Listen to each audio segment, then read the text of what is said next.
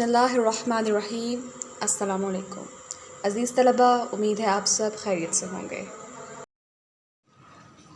عزیز طلبہ، آج ہم آپ کی کتاب کے سبق نمبر 15 مل کے رہو کا مطالعہ کریں گے۔ مل کے رہو ایک نظم ہے جس کے شاعر مسرور انور ہیں۔ اس نظم میں شاعر لوگوں کو متحد ہونے کا درس دیتے ہوئے کہتے ہیں کہ آپس کی رنجشیں بھلا دو اور متحد ہو کر ملک و قوم کے لیے کام کرو، کیونکہ اس ملک کی بقا سے ہی ہماری بقا وابستہ ہے۔ آئیے نظم کا مطالعہ کرتے ہیں اور اس کے بعد پہلے دو بند کی تشریح کرتے ہیں۔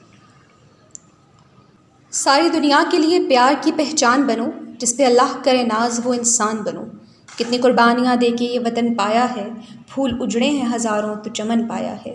یہ چمن اپنے ہی ہاتھوں سے نہ برباد کرو، اس میں شامل ہے شہیدوں کا لہو یاد کرو۔ تم جو آپس میں لڑو گے تو بکھر جاؤ گے، ملک ہی جب نہ رہے گا تو کدھر جاؤ گے۔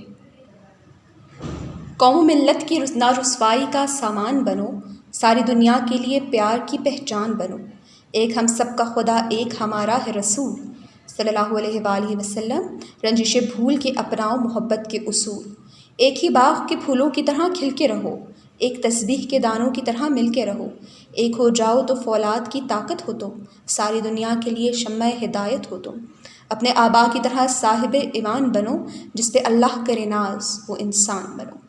اب تو آپ کو پہلے دو بند کی تشریح کروائی جائے گی اور اس کے ساتھ ہی آپ کو مشکل الفاظ کے معنی بھی بتائے جائیں گے۔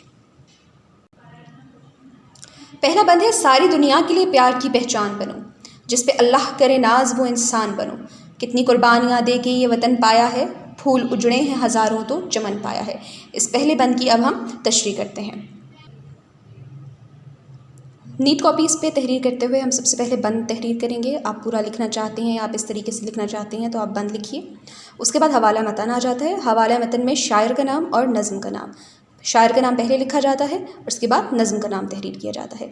چونکہ ہم کاپیز پہ مسلسل تشریح کر رہے ہوتے ہیں اپنی نیٹ کاپیز پہ، تو ہم ایک دفعہ حوالہ متن بھی لکھ لیں کافی ہے، لیکن امتحان میں جب بھی آپ کو جو بھی شعر آئے گا تشریح کرنے کے لیے، اس کا حوالہ متن الگ سے تحریر کیا جائے گا۔ حل لغت سے مراد ہے مشکل الفاظ کے معنی۔ پہچان، شناخت، ناز، فخر، چمن، باغ یا گلشن۔ تشریح کرتے ہیں۔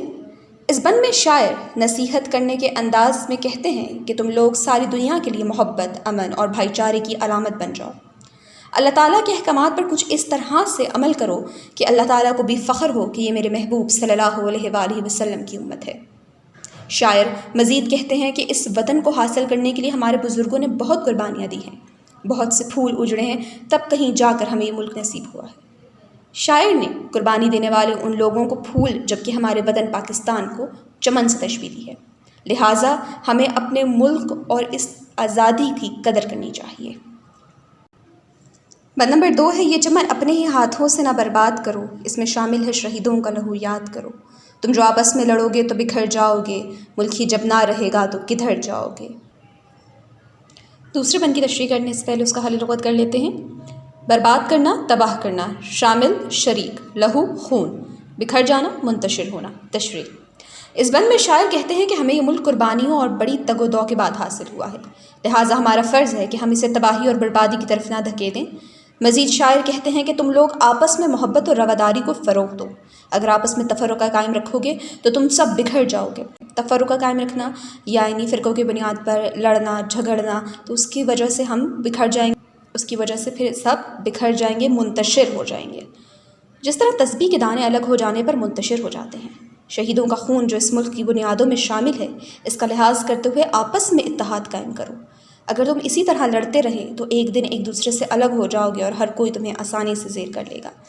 یہاں پہ شاعر لوگوں کو، نوجوانوں کو اور پاکستانی قوم کو درس دیتے ہوئے شہیدوں کے خون کی یاد دلا رہے ہیں کہ کس طرح شہیدوں نے اپنا خون بہا کے یہ ملک حاصل کیا ہے، تو اس کی قدر کی جائے۔ اس طرح دوسرے لوگ ملک پر قبضہ جما لیں گے۔ اگر ملک ہی نہ رہے گا تو تمہارا وجود بھی ختم ہو جائے گا، کیونکہ تمہاری پہچان ہی تمہارے ملک کی بدولت ہے۔ جی عزیز طلباء و طالبات، آج ہم نے بند نمبر 1 اور 2 کی تشریح کی ہے۔ کل انشاءاللہ ہم باقی اشعار کی، باقی بند کی تشریح کریں گے انشاءاللہ۔ اب آپ نے ان کو ذہن نشین کرنا ہے اور اپنی نیٹ کاپیز پہ تحریر کرنا ہے۔ انشاءاللہ کل آپ سے ملاقات ہوگی۔ اللہ حافظ۔